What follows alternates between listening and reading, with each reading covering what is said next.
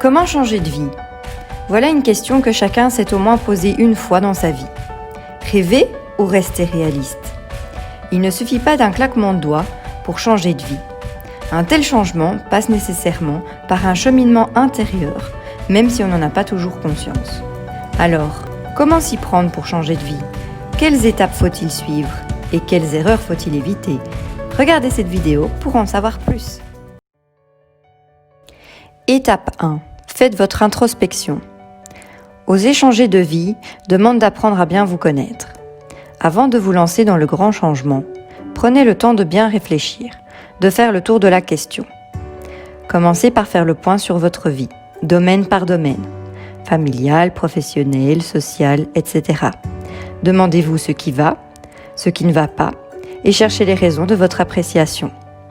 Si vous ne savez pas précisément où vous voulez aller, commencez par prendre conscience de ce qui vous manque, de vos insatisfactions. À partir de là, formulez précisément ce que vous voulez. Vous allez ainsi vous donner une direction à suivre. Posez-vous la question, qu'est-ce qui vous en empêche? Est-ce le regard des autres, la peur de blesser autrui, de se tromper, d'échouer, des raisons financières? Voici les conseils d'un professionnel. Pourquoi est-il nécessaire de faire une introspection pour oser? Alors, je pense qu'il peut y avoir plusieurs justifications. La première justification, c'est que je pense qu'on peut oser à partir du moment donné, on apprend qui on est. Et donc, apprendre qui on est, c'est forcément découvrir qu'est-ce qu'on en fait nous, quel est notre mode de fonctionnement, quels sont nos centres d'intérêt, nos plaisirs, etc. Et de ce fait-là, au mieux on se connaît, au mieux on va pouvoir, je pense, se donner une latitude pour pouvoir oser et donc sortir de notre zone de confort. Oser, pour moi, c'est vraiment sortir de sa zone de confort. Et donc, à certains moments donnés, de prendre peut-être un peu de risque. Et d'étendre en fait la zone de confort. Je pense aussi que le travail introspectif est un travail qui est permanent et évolutif. Et donc l'introspection qu'on peut faire à 20 ans n'est pas la même qu'on va faire à 30 ou à 35, n'est pas la même qu'on va faire à 45 ou à 50 ou 65 ou 70 ou 80. Et du coup, c'est ça qui est tellement riche dans l'introspection, c'est qu'on continue à apprendre à se connaître, à se découvrir, et du coup, c'est extrêmement riche.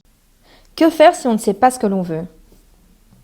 Probablement se faire aider par un professionnel ou par une professionnelle en tout cas.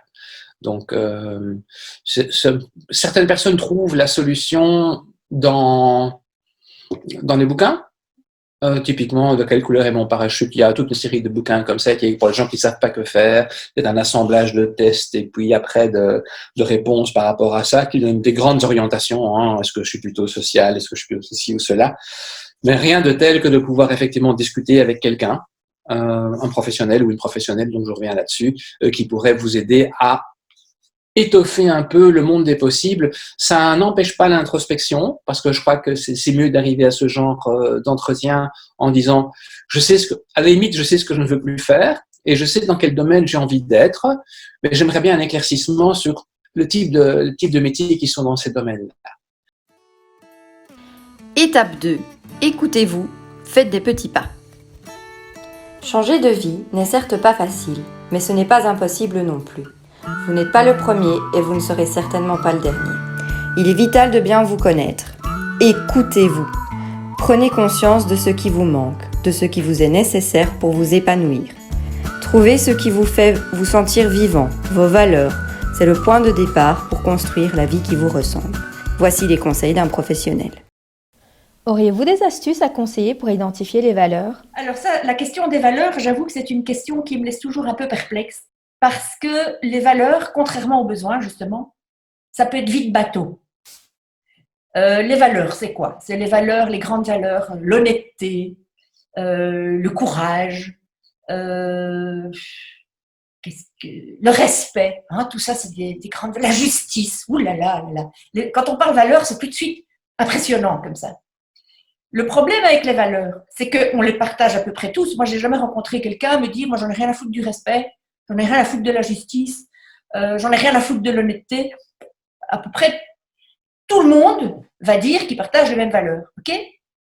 Donc, c'est pas très compliqué, en fait, d'identifier les valeurs, parce qu'on a à peu près tous les mêmes. Sauf que là où ça se complique, c'est que, de nouveau, ce qu'on appelle en jargon, un peu en jargon psy et coaching, c'est les équivalences concrètes de ces valeurs.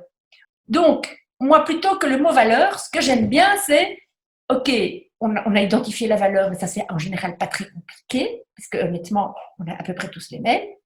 Mais, et pour vous, ça passe par quoi? La valeur du respect, la valeur de la justice, la valeur de l'écologie dans votre métier, par exemple. Ça passe par quoi? Ça, c'est intéressant d'aller creuser. Procéder par un changement progressif, petit pas par petit pas, même étalé sur plusieurs années, peut s'avérer bénéfique pour vous respecter et respecter les autres. Mais qu'entendons-nous par petits pas? Voici les conseils d'un professionnel. Qu'est-ce qu'un petit pas? Comment peut-on procéder? Déjà, la notion de petit pas, c'est vrai que je l'aime bien parce que ce que je vois, c'est quand on a une décision à prendre et notamment un éventuel changement professionnel, en fait, ça apparaît comme une montagne. C'est énorme, ça implique tellement de choses, personnellement, émotionnellement, dans ses relations avec sa famille, dans ses relations, enfin, ça touche son identité, ça touche des tas de choses. Et je crois qu'une des raisons pour lesquelles les personnes ne le font pas, c'est cette montagne. Et donc l'idée des petits pas, mais l'idée de la montagne, c'est de découper en fait en étapes cet énorme choix. D'abord se dire, je dois pas le faire du jour au lendemain, enfin, sauf si je suis obligée. Mais si je suis pas obligée, je suis pas obligée de le faire du jour au lendemain. Et donc c'est se donner du temps.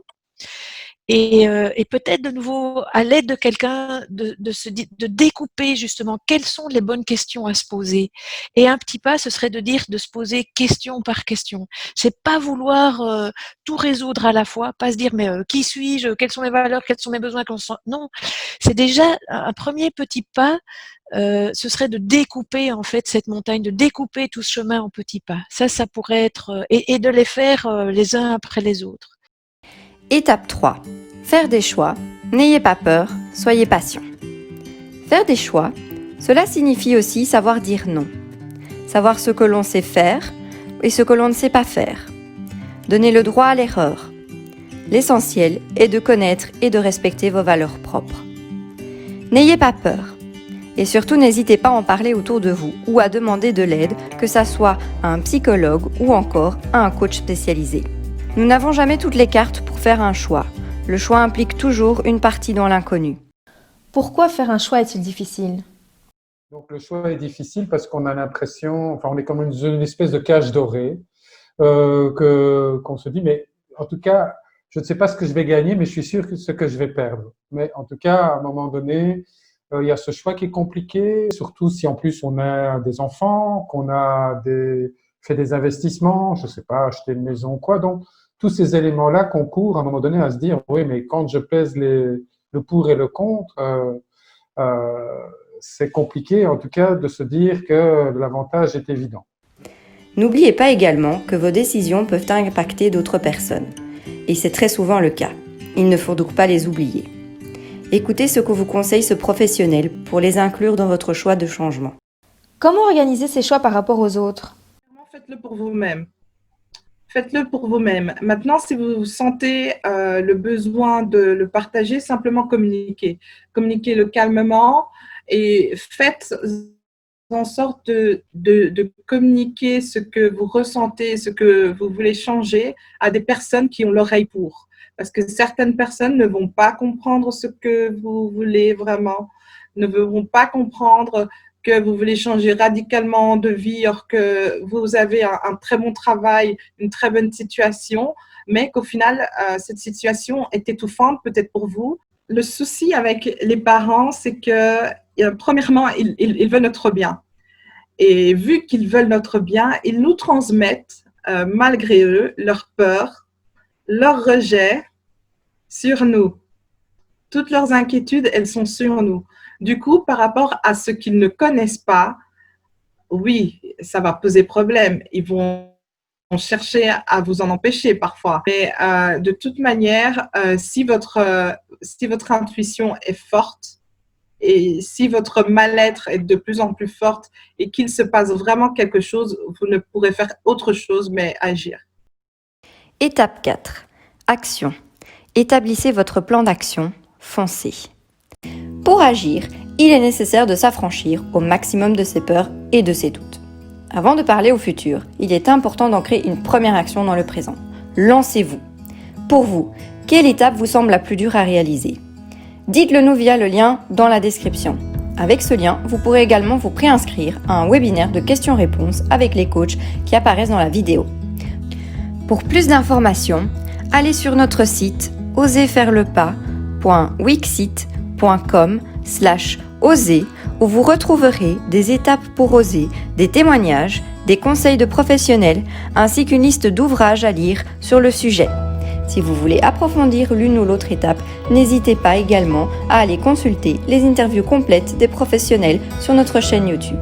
Merci d'avoir regardé cette vidéo. Vous pouvez liker la vidéo si elle vous a plu, la partager à une personne qui en aurait besoin et laisser un commentaire pour donner votre avis ou partager votre expérience. Maintenant, vous aussi, osez faire le pas.